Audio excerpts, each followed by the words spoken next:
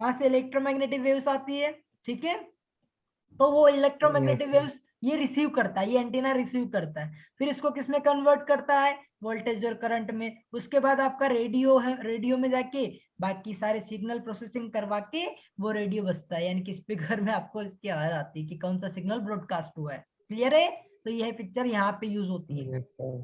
तो this is the practical application of sir monopole इसमें sir antenna. ऐसा नहीं होता किसमें? कि जैसे सर इसके जो ये सर टायर्स है, तो उसकी वजह से मतलब करंट रुक रहा हो या जो भी मतलब अर्थ पे ना पहुंच रहा हो, ऐसा कुछ? क्या क्या क्या क्या? जो इसके टायर्स वगैरह होते हैं जैसे गाड़ी है, हाँ आपने ऊपर का तो बता दिया मेटेलिक है वो, ठीक है। हाँ। वो नीचे जो सर मतलब लैंड से जो कनेक्टेड है वो टायर है सर, तो वो मतलब वो आगे मतलब ये लैंड तक पहुंचाएंगे कि नहीं पहुंचाएंगे, मतलब अर्थिंग होगी कि नहीं होगी? बच्चा, टायर तो पहले इंसुलेटर होता है। Yes sir. तो this insulator not giving anything, मतलब कोई इंसुलेटर वर्क नहीं करता जब आपका करंट फ्लो होता है। तो क्या इंसुलेटर के अंदर करंट फ्लो करवा सकते हो क्या? नहीं ना। तो नो सर। इसीलिए आपका जो टायर्स वगैरह है ये आपका बिहेव ही नहीं करता, किसी चीज में पार्टिसिपेट ही नहीं करता। दिस इज कोई मतलब नहीं है इसका। That's why we are mounting this antenna from here. Okay. आप चाहो तो ऐसा भी यस कर सर। सकते हो, एक स्मॉल पे, अभी तो पैच एंटीना चल गए हैं, ये तो बड़े बड़े एंटीना की बात कर रहे हैं, लेकिन अभी भी यूज होते हैं for your AM transmission, B AM transmission और एफएम ट्रांसमिशन। ठीक है, वहां पे एफएम ट्रांसमिशन के लिए जो रिसीविंग एंटीना रहता है ना, वो इसी का मोनोपोल डाइपोल एंटीना यूज करता है, because they work as a 1 megahertz frequency, 1.2 megahertz frequency. ठीक है, तो इस प्रकार की मेगाहर्ट्ज फ्रीक्वेंसी पे वो वर्क करते हैं। तो डिफरेंट डिफरेंट फ्रिक्वेंसीज पे वो वर्क करते हैं। उनकी जो लेंथ रहती है, एक चीज और बता देता हूँ, ये जो लेंथ रहती है लैम्बडा बाय, तो this is known as electrical dimension. You can find out how to make this thing कि ये जो एंटीना है पर्टिकुलर फ्रिक्वेंसी पे ही वर्क करेगा। ये इसके डायमेंशन के ऊपर डिपेंड करता है कि इसकी लेंथ कितनी है, इसका जो रेडियस कितनी है, क्योंकि ये सिलेंडर की जैसा बिहेव करता है, तो सिलेंडर की रेडियस कितनी है, ये सारे आर और लेंथ की टर्म में ही इसकी जो फ्रीक्वेंसी आती है, वो फ्रीक्वेंसी के बाद आप फ्रीक्वेंसी निकालते हो, और फ्रीक्वेंसी से आप फिर फर्दर इस एंटीना को डिजाइन करते हो और इस एंटीना को लगाते हो, फिर माउंट करते हैं। ऐसी सारी चीजें आती है फिर आप जब एंटीना डिजाइन में आप कभी जाओगे, इन केस अगर फ्यूचर में आप पढ़ते हो, तो this thing come to the picture. Okay, now yes sir. अब अपन अपने टॉपिक पे आते हैं। लास्ट टाइम ये टॉपिक में एक्चुअली ये डेरिवेशन बहुत बड़ा है, ये डेरिवेशन बहुत बड़ा है, और एक्चुअली इसमें क्या जो इंटीग्रेशन यूज हुआ है, वो इंटीग्रेशन शायद अभी तक आपने पढ़ा नहीं होगा। दिस तो इसलिए डायरेक्टली उस इंटीग्रेशन का यूज आपके इसमें दिया हुआ है, अपेंडिक्स ए या बी में दिया हुआ है, थिंक किस में दिया हुआ है, हाँ ए और बी में दिया है, डायरेक्टली दिया हुआ है, इंटीग्रेशन की वैल्यू दी हुई है।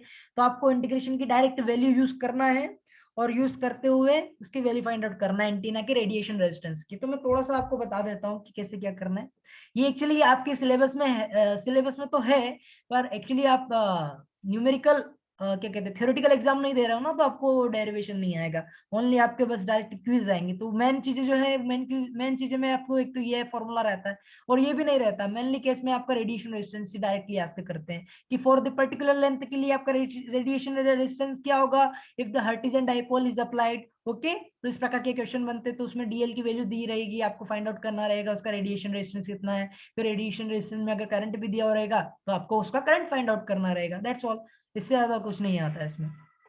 ठीक है, तो अब मैं एक चीज और बता देता हूँ कि जो अपने हर्टिजन डाइपोल यूज किया है, हर्टिजन डाइपोल को अपने को ऐसे मॉडल करना है, सॉरी सॉरी सॉरी, अब हाफ वेव डाइपोल को कैसे मॉडल करना है, ये ऐसे करना है। ठीक है, तो this is total length.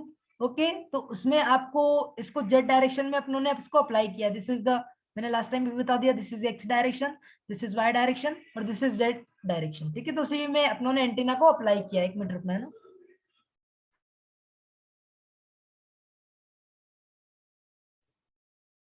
This is your Y direction और this is your Z direction. ठीक है, तो जेड डायरेक्शन में आपका एंटीना है, तो यहाँ पे अपनों ने स्मॉल एलिमेंट लिया है, this is known as a DZ element. तो this is your DZ element, और डीएल भी बोल सकते हो आप सो चाहो तो, डीजेड। तो एक यहाँ से अपनों को पता चलेगा कि यहाँ पे इसके कारण कितना आएगा, कितना रेडिएशन आ रहा है at the point P having जो आर थीटा फाई अपन एज्यूम करते हैं। दिस इज अपन सारा स्पेरिकल कोऑर्डिनेट सिस्टम में काम कर रहे हैं, और this is again which thing, this is your R, length from its origin, और लेंथ फ्रॉम इट्स डीजल या डीजेड भी आप बोल सकते हो, एलिमेंट से आपका जो डिस्टेंस है वो आर डैश है, और दिस इज डिस्टेंस फ्रॉम यहाँ से, ठीक है। तो इस प्रकार से डिस्टेंस आपकी आएगी, और एक और डिस्टेंस यहाँ से भी हो सकती है, दिस थिंग। तो 3 डिस्टेंस है, तो अपन यहाँ पे दोनों डिस्टेंस कंसीडर कर लेते हैं इन टर्म्स में। तो उनको कैसे लिखेंगे, तो उसको लिखने का तरीका क्या है कि जो एंगल है वो एंगल यहाँ से कितना बनेगा, this angle must be very small, तो this is become theta, and also this is also equal to theta, both are same. वहां पे अलग डैश से बनाया है लेकिन बोथ आर सेम रहेंगे। तो यहाँ तक की जो डिस्टेंस है वो अगर कंसिडर किया जाए कि जेड है, तो ये बताओ मुझे कि यहाँ पे जब यहाँ से यहाँ तक की मैं लेंथ लूंगा, this thing, this length, okay, this length, so this length must be how much, this length must be z cos theta, okay, this length must be z cos theta। उसके बाद यहाँ से लेके यहाँ तक की डिस्टेंस कितनी है, r डैश, तो यहाँ पे प्लस r डैश भी कर दिया जाएगा, सॉरी एक मिनट, यहाँ से लेके यहाँ तक की जो डिस्टेंस है वो r डैश है, तो इसकी टोटल डिस्टेंस को मैं लिख सकता हूँ इन टर्म्स ऑफ r, तो टोटल डिस्टेंस r है, ठीक है, this is total distance r is equal to r dash plus z cos theta, ठीक है, this thing z cos theta. और if you want to find out the value of r, तो यहाँ पे आप ऐसे भी लिख सकते हो r minus z cos theta is become is equal to your r dash, okay, this is r dash in terms of r। तो यहाँ पे आपको जो वैल्यू रखनी है वो अपन dz से कंसीडर कर रहे हैं सारी वैल्यू, तो इसीलिए यहाँ पे आप देख सकते हो कि जो r डैश की वैल्यू कितनी निकाली, rz cos थीटा। तो आप यहाँ पे अपने शुरुआत में देख लिया था, जो फॉर्मूला जब यूज किया था z के लिए, तो dz यहाँ पे यूज किया था, जो कंपोनेंट अपनों ने यूज किया है, जो स्मॉल एलिमेंट अपनों ने यूज किया है वो dz है। तो dz की जो वैल्यू है वहां पे r डैश अपनों ने यूज किया, क्योंकि r डैश से अपनों ने यहाँ से डिस्टेंस ली। और करंट डिस्ट्रीब्यूशन कैसा होगा आपके डाइपोल एलिमेंट में, इस प्रकार का आप देख सकते हो, current distribution is equal to I naught cos beta Z dead dash line जो आपको शो की हुई, this is the geometry for calculating the field. और ये किसी स्पेरिकल है, that's why we are going to calculate the field, radiation field at point P by using this method, vector magnetic potential, ठीक है। तो R dash we have to apply, similar way में R dash नीचे भी आ जाएगा, क्योंकि अपना जो फॉर्मूला है वो इसी को फॉलो करता है। अब फर्दर आपने आर डैश की वैल्यू यहाँ पे निकाल ली है, तो उस आर डैश की वैल्यू को यहाँ पे नीचे अपने को पुट करना होगा, तो अपने सब जगह यहाँ पे आर डैश की वैल्यू को पुट कर दिया है, दिख रहा है आपको, hello everyone, yes sir, yes. तो आर डैश की वैल्यू यहाँ पे भी पुट होगी, आर डैश की वैल्यू यहाँ पे भी पुट होगी, ठीक है। तो यहाँ पे मैंने पुट करवा दिया। तो अब उसके बाद क्या करना है आपको, टोटल फील्ड फाइंड आउट करनी है, टोटल पोटेंशियल फाइंड आउट करना है, तो आपको क्या करना पड़ेगा, लाइन इंटीग्रल करना पड़ेगा। तो लाइन इंटीग्रल को मैंने डायरेक्टली लगा दिया है। अब चूंकि जो लेंथ है वो कितनी है, यहाँ से मैंने बता दिया था आपको, जो लेंथ रहती है आपकी, जो टोटल लेंथ है डाइपोल एंटीना की, वो कितनी है, λ/2 है, यस और no, this is length of λ/2। तो यहाँ से हाफ लेंथ कितनी हो जाएगी, λ/4, और यहाँ से कितनी हो जाएगी, λ/4। तो चूंकि ये जो आपने जो कोऑर्डिनेट सिस्टम यूज किया है वो XYZ में, आप अगर अपन देखें तो this is x direction, this is z direction, और दिस इज y डायरेक्शन, ठीक है। तो ये कौन सी डायरेक्शन में आ रहा है, क्योंकि अपन जो लिमिट निकालना चाहते हैं dz, तो z की लिमिट क्या होगी, z की लिमिट हो जाएगी, this is the point where λ/4 exist from this origin 0 to λ/4, और दिस इज अगेन माइनस λ/4। ये जेड डायरेक्शन का मैंने डायरेक्टली लिख रहा हूँ ना, ओके, 0 0 नहीं लगा रहा हूँ, तो ये -0.4 से, तो ये क्या हो जाएगी इसकी लिमिट, -λ/4 से λ/4। क्लियर है आपको लिमिट कैसे आई, और इसके आप यस सर, देखोगे तो टोटल लेंथ भी λ/2 ही आएगी, दोनों को ऐड करो तो कितनी आएगी लेंथ, λ/2। इसीलिए अपनों को λ/4 और λ/4 के टर्म में, -λ/4 के टर्म में अपनों ने इसकी लिमिट को पुट किया, you can see here. Now further you have to simplify this integration, you can see, yes और नो, यस सर, जो कांस्टेंट टर्म है उसको आगे निकाल लिया, ठीक है, जो इंटीग्रेशन का पार्ट नहीं है वो फर्दर आपको इसको सिंप्लीफाइड करना है। अब बाकी अपन जो इंटीग्रेशन को कैसे सोल्व करना है, तो इंटीग्रेशन को अपेंडिक्स A.8 में दिया हुआ है डायरेक्टली फॉर्मूला, तो उस फॉर्मूला को अपनों ने यहाँ पे यूज किया है, ऑल्दो ये फॉर्मूला अपनों को आता भी है, अपनों ने इंटीग्रेशन में भी यूज किया है, तो उसको डायरेक्टली यूज करके सारी लिमिट्स पुट करके करने के बाद आपको ये एज फाइंड आउट होगा। तो this quantity you have to find. After that आपको क्या करना है, वही कन्वर्जन करना है अगेन, कौन सा कन्वर्जन करना है, इसका जेड कंपोनेंट है, जेड कंपोनेंट को आपको किस में कन्वर्ट करना पड़ेगा, आर थीटा फाई में, आर थीटा फाई में, यानी कि वेक्टर ट्रांसफॉर्मेशन का अप्लाई करना पड़ेगा। तो वापिस से वो मैट्रिक्स का यूज करना पड़ेगा, बड़ी मैट्रिक्स फिर छोटी मैट्रिक्स फिर ये मैट्रिक्स, ठीक है। तो ये आर थीटा फाई को शो करेगा। यहाँ पे एक्स वाई जेड रहेंगे, ठीक है, एक्स वाई जेड कंपोनेंट में, जिसमें X component Y component zero है, only Z component are there, तो जेड कंपोनेंट देयर। फिर यहाँ पे ये सारी चीजें फिर मल्टीप्लीकेशन करना पड़ेगा और फिर आपको ये सारे कंपोनेंट फाइंड आउट करने पड़ेंगे। तो अपनों को ये सोल्व करने के बाद बी एस और डेल क्रॉस एच, इन दोनों कंपोनेंट को सोल्व करने के बाद ये कंपोनेंट मिल जाएंगे, ये फाई और एच थीटा है। दिख गया आपको? Yes sir. यस, तो ये यहाँ तक का डेरिवेशन समझ में आया? किसी किया? Yes sir. Okay, after that you have to, आपको क्या करना है, रेडिएशन रेजिस्टेंस फाइंड आउट करना है। तो रेडिएशन रेजिस्टेंस फाइंड आउट करने के लिए भी जस्ट जो प्रोसेस अपने ने अप्लाई किया है सेम प्रोसेस आपको लेना है। तो उसके लिए डायरेक्टली अपने को पास पड़ा है पॉइंटिंग वेक्टर का जो फॉर्मूला 1/2 ईटा एच पाई एस का होल स्क्वायर इनटू ए के पार डायरेक्शन, क्योंकि देखो हमेशा उसमें भी थीटा डायरेक्शन में आया था और फाई डायरेक्शन में आया था। तो सिमिलर वे में जो आपकी डायरेक्शन रहेगी प्रोपोगेशन ऑफ वेव वो ए के पार डायरेक्शन में रहेगी। एक बात मैं बता देता हूँ आपको कि ये जो फॉर्मूला आप लोगों ने यहाँ पे पढ़ा है ना, दिस इज स्पेरिकल वेव। कौन सी वेव है? दिस इज स्पेरिकल वेव, ठीक है। जो फॉर्मूला निकालते हैं ना ये जो सॉल्यूशन आता है, एक्चुअली जो मैंने सॉल्यूशन ऑफ पोटेंशियल फंक्शन का जो आया है ना फॉर्मूला, वो म्यू अपॉन 4 पाई, ठीक है। और जो करंट है IDL, this current IDL, okay, upon R, is this nothing but your spherical wave. This is spherical wave के लिए पोटेंशियल फंक्शन है एक्चुअली। और स्पेरिकल वेव कहाँ बनती है आपको पता है?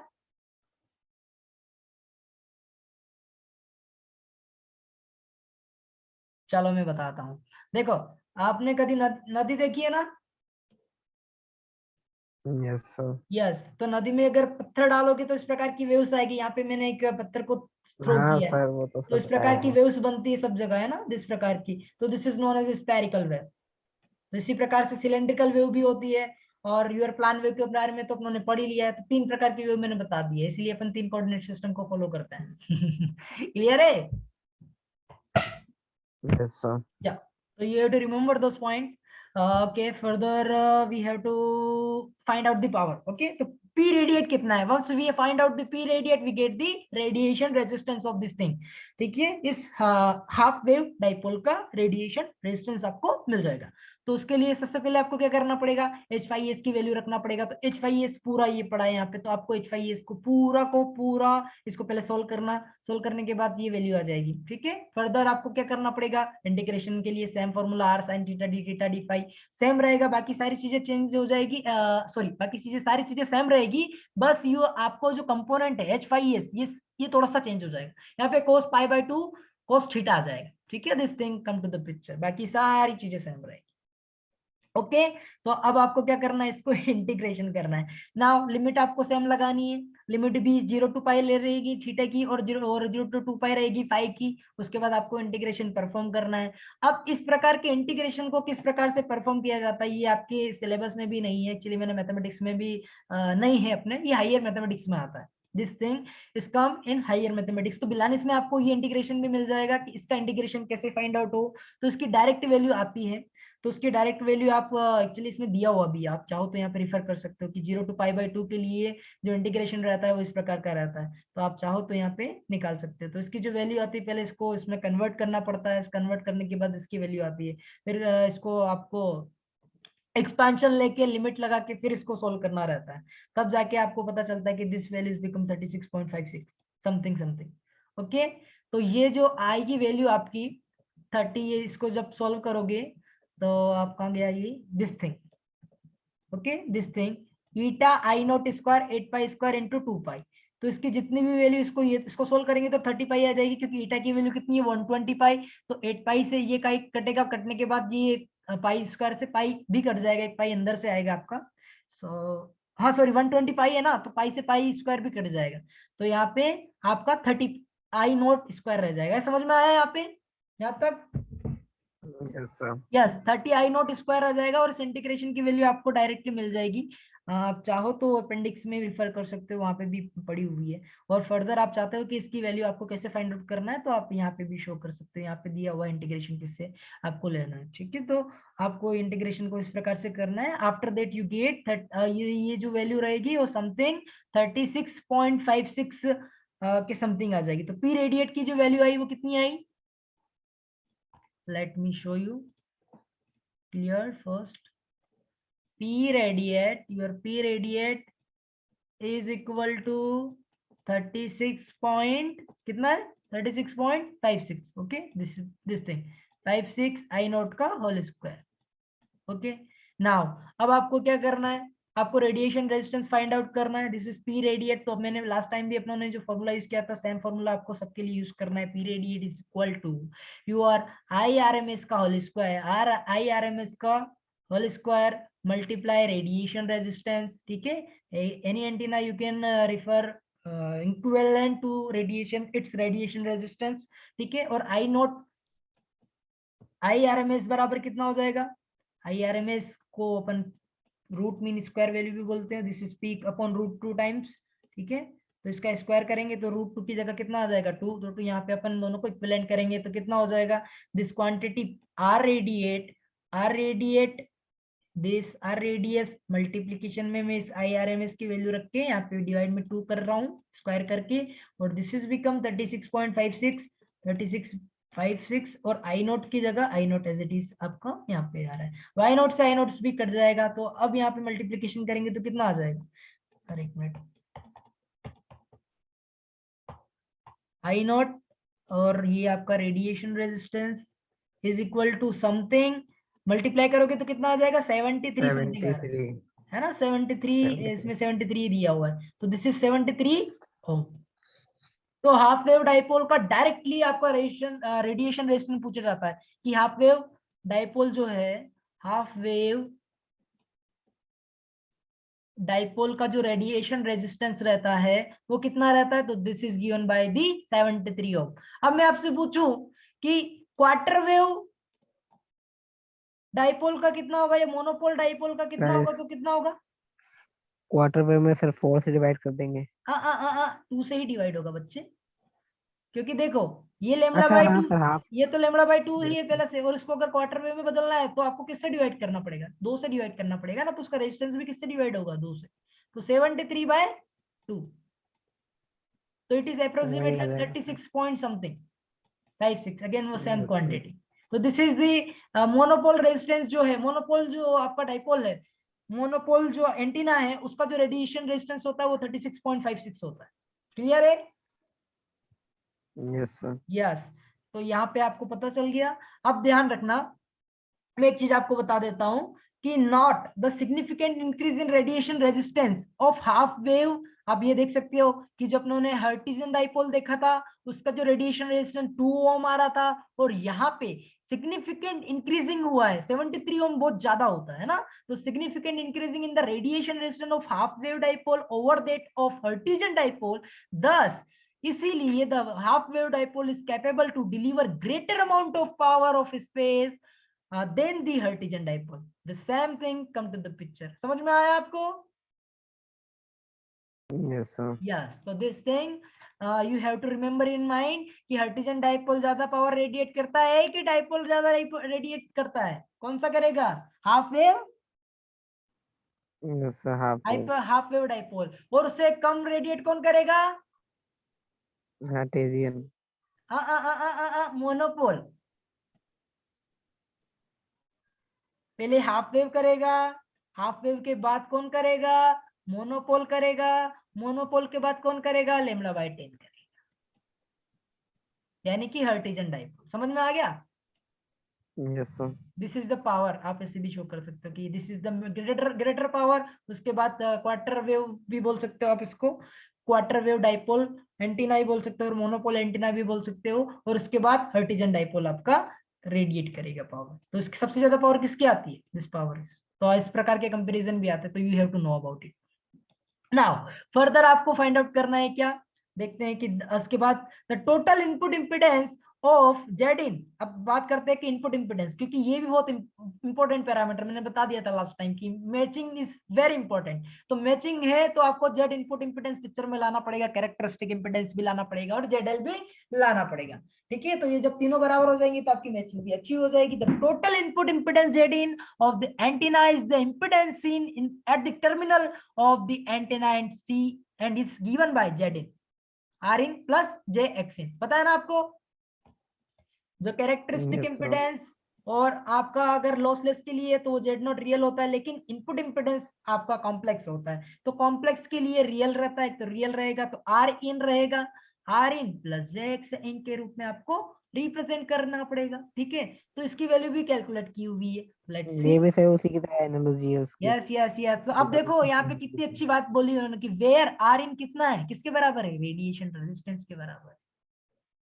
समझ में आया? तो ये आर इन जो है कुछ भी नहीं है, आपका आर इन ही रेडिएशन रेजिस्टेंस है। R radiation, R radiation, R radiation resistance. ठीक है, अब आर रेडिएशन रेजिस्टेंस है तो इसका मतलब ये किसके बराबर होगा, 73 ओम प्लस जे टाइम्स 42 पॉइंट कितना दिया हुआ है, 42.5। दिस एक्स इन की वैल्यू आप कैलकुलेट, यहाँ पे दी हुई नहीं है कैलकुलेट, ये डायरेक्टली वैल्यू रखी हुई है कि जो इम्पिडेंस होता है वो रेडिएशन रेजिस्टेंस का जो रिएक्टेंस होती है, आप एंटीना की जो रिएक्टेंस कैलकुलेट करते हैं वो रिएक्टेंस आती है 42.5। तो ये आपका टोटल इनपुट इम्पिडेंस है किसका, हाफ वेव डाइपोल का, प्रैक्टिकल एप्लीकेशन की, इसीलिए आपको वैल्यू कैलकुलेट करनी पड़ती है। समझ में आया आपको ये चीज? Yes sir. और मैचिंग करने के लिए आपका जो इनपुट इंपिडेंस है R in must be equal to radiation resistance. Okay, तो दिस थिंग, अब यहाँ पे बात करते हैं कि this is for the lossless antenna. Clear है? This is also said where R in is equal to R A R radiation for lossless antenna. अब यहाँ पे लॉसी एंटीना भी होता है, लॉसलेस भी होता है, क्योंकि ट्रांसमिशन लाइन से ही बना है। आप देखो, सोच के देखो कि जो एंटीना अपनों ने कैसे बनाया, ये ट्रांसमिशन लाइन थी भैया, और अपन इसको 1 मेगाहर्ट्ज फ्रीक्वेंसी पे अपन काम करवा रहे थे, तब तो बढ़िया काम कर रही थी। लेकिन जैसे अपनों ने 1 गीगाहर्ट्ज फ्रीक्वेंसी कर दिया, क्या कर दिया, 1 गीगाहर्ट्ज फ्रीक्वेंसी कर दिया, तो उस केस में क्या हुआ, उस केस में ये रेडिएट करना लग गई, ये रेडिएट करने लग गई, ये जो है ना ट्रांसमिशन लाइन जो अपने यूज कर रहे थे वो रेडिएट करना स्टार्ट कर दी। तो अपनों ने इसको क्या किया, इसको 1 गीगाहर्ट्ज फ्रीक्वेंसी पे अपनों ने इसको ऐसा, इसका धीरे धीरे धीरे मोड़ना स्टार्ट किया यहाँ से, तो मोड़ते मोड़ते इसको हाफ वेव डाइपोल में कन्वर्ट कर दिया। तो this thing become like this, तो it become as a dipole antenna. तो दिस इज परफेक्ट एंटीना। यहाँ से अपनों को मिल रहा था रेडिएशन, लेकिन इट इज नॉट इफिशिएंट। यहाँ पे अपनों को मिला, it is also not efficient, but this radiation is efficient. Why? Because we calculate its resistance 73 ohm, which is maximum. You can see. Clear है? Yes sir. Yes. अब deriving the value of reactance Xn involves a complicated procedure beyond the scope of the text. क्या बोला? ठीक है, इसीलिए अपन इसका derivation नहीं कर रहे, इसलिए डायरेक्टली वी रख रहे हैं कि it is the found that Xn is equal to 42.5 ohm. So Zn is equal to 73 plus J 42.5. You have to remember this value. It is come directly as an objective. Okay. Yes sir. तो this is important, तो ये directly objective बनता भी है इसके ऊपर, तो आपको ये याद रखना है। For the dipole length λ/2। Okay, तो ये इसी के लिए एग्जिस्ट करता है, हमेशा ध्यान रखना। तो the inductive reactance drops rapidly to 0 as the length of the dipole slightly reduce. Length is become 0.485 lambda. क्या कह रहा है, समझ में आया कुछ आपको? देखो समझाता हूं।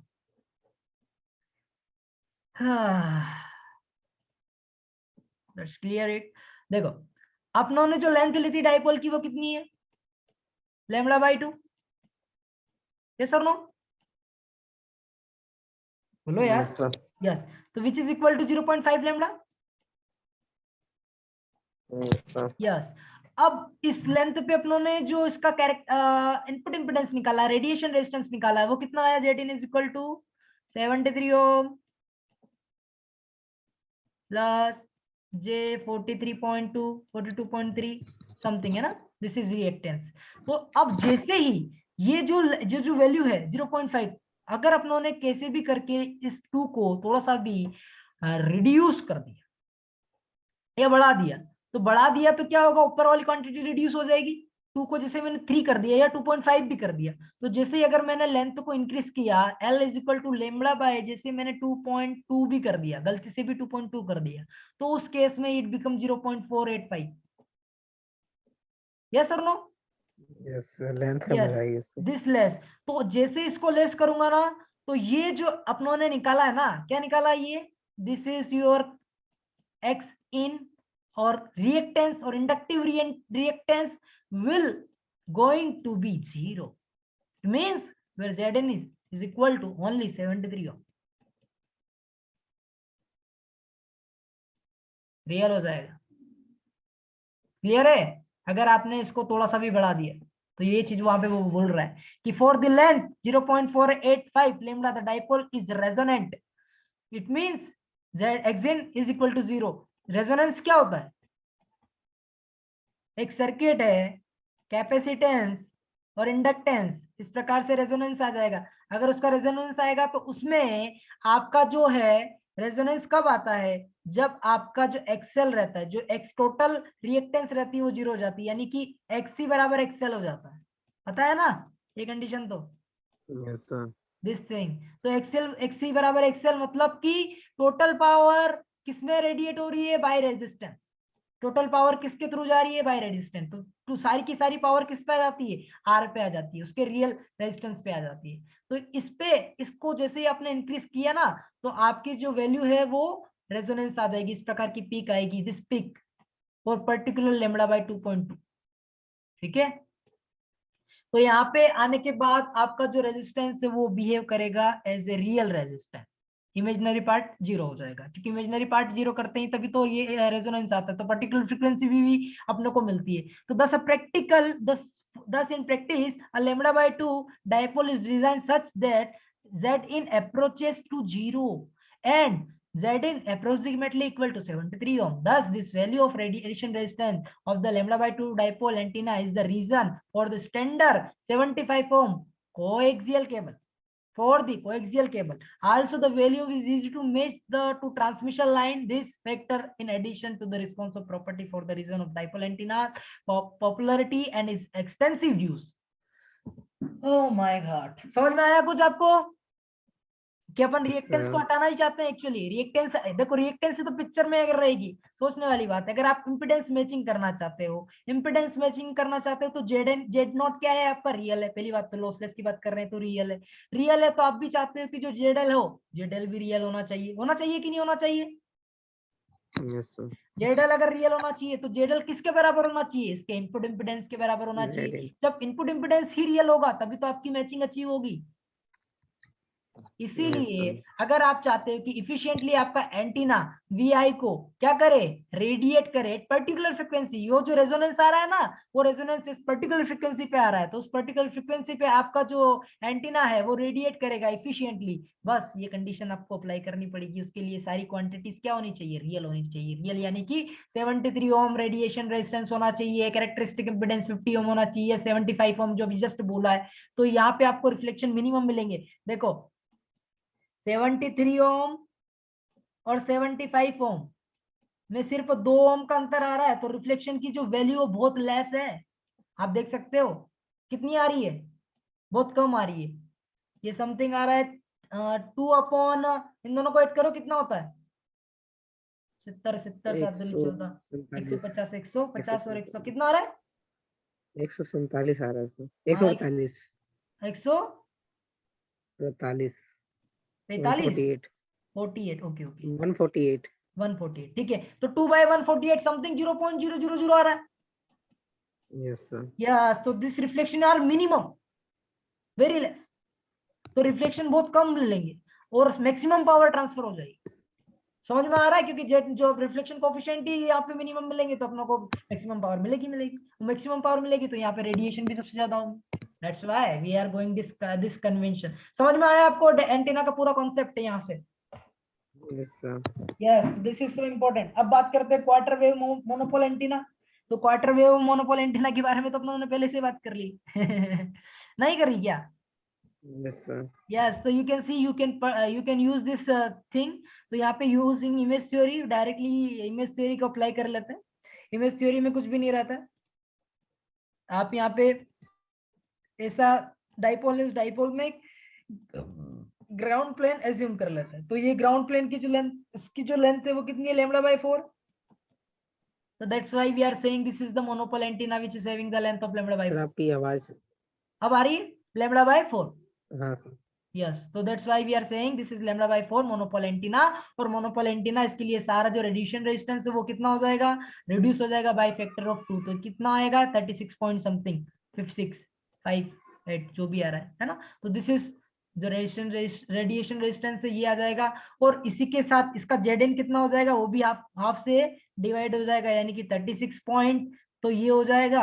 और इसकी जो रिएक्टेंस होगी, वो रिएक्टेंस कितनी हो जाएगी? इंडक्टिव रिएक्टेंस 21.2 समथिंग मान लो आप, इसके बराबर। ठीक है, तो आप डिवाइड कर देना पूरी इससे। तो आपको यहाँ पे भी आप देख सकते हो 21.25 यहाँ पे समथिंग आ रहा है ना। समझ में आ गया? और यहाँ पे शो भी किया हुआ है। तो you can assume as a infinite ground plane, conducting plane, और दिस इज λ/2 लेंथ। तो ये हाफ लेंथ कितनी हो जाएगी? This is length is become λ/4।